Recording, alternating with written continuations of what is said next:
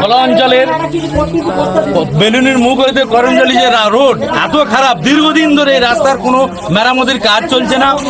সাধারণ মানুষ নাজেহাল, স্কুল ছাত্র থেকে শুরু করে রুগীপত্র সমস্ত দিক থেকে মানুষ এই রাস্তার ওপর এত বিপদ আপদের সম্মুখীন হচ্ছে এবং দিশারা হচ্ছে। দীর্ঘদিন এই রাস্তার কোনো কাজকাম হয়নি।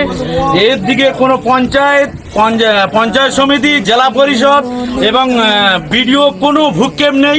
এই রাস্তার সাধারণ গাড়িওয়ালারাও নাজেহাল, তাদের গরিব মানুষরা এই রাস্তায় রুজি রোজগার করে খায়। এই রাস্তার যা অবস্থা বর্তমান, তাদের গাড়ি আজ চলছে না, চালানোর মতো সম্ভব হচ্ছে না, তাই তারা স্ট্রাইক করে আজকে। আমরা চাই এই রাস্তা অবিলম্বে এই কাজ শুরু করা হোক। হ্যাঁ, আমরা যাতায়াত করছি, দীর্ঘদিন আমাদের এই সমস্যা হচ্ছে। আমরা গাড়িতে খুব কষ্টের মধ্যে এই টোটোতে আমরা যাতায়াত করি। স্কুল ছাত্ররা তো আরো বেশি ক্ষতিগ্রস্ত হচ্ছে, সাধারণ মানুষ তো হচ্ছে, আর স্কুল ছাত্র আরো ক্ষতি হচ্ছে।